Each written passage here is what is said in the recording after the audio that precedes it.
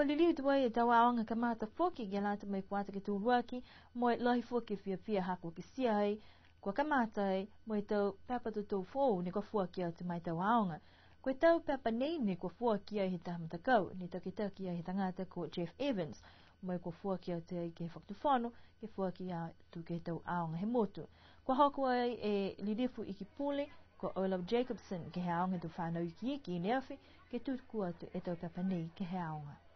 Koe ka tata he tau pepa, koe ue a whi lima seo he tau pepa. Hafa ka he tau aonga ne ua. Whauru ka tātua i ke he aonga takolunga. Koe tau pepa he tau aonga,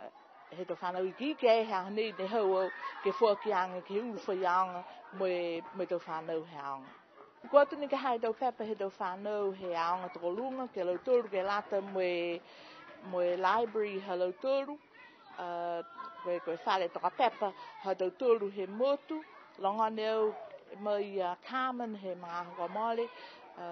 ko mana ki foki tangata nei ke foki mai ia e tau pepa ke lata mo whale toka pepa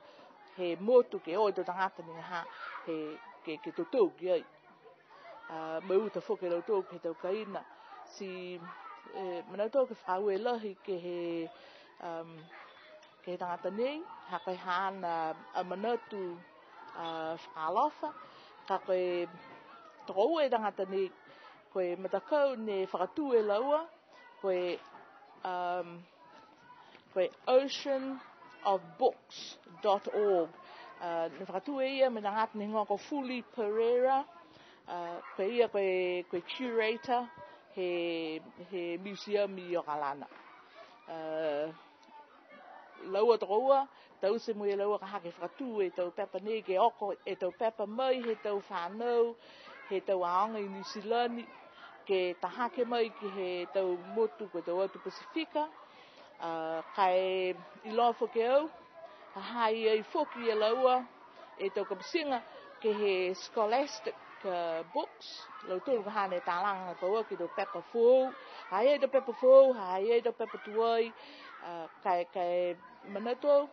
ke ole ke he uruwhai aonga me tau whanau ke le veki whakamita ke tau pepa mo tau tau ke e tau whanau si fluale tau pepa kai mena ne aonga ia ka hako e whekau ngai tau tama ke ute tau pepa ke tau kaina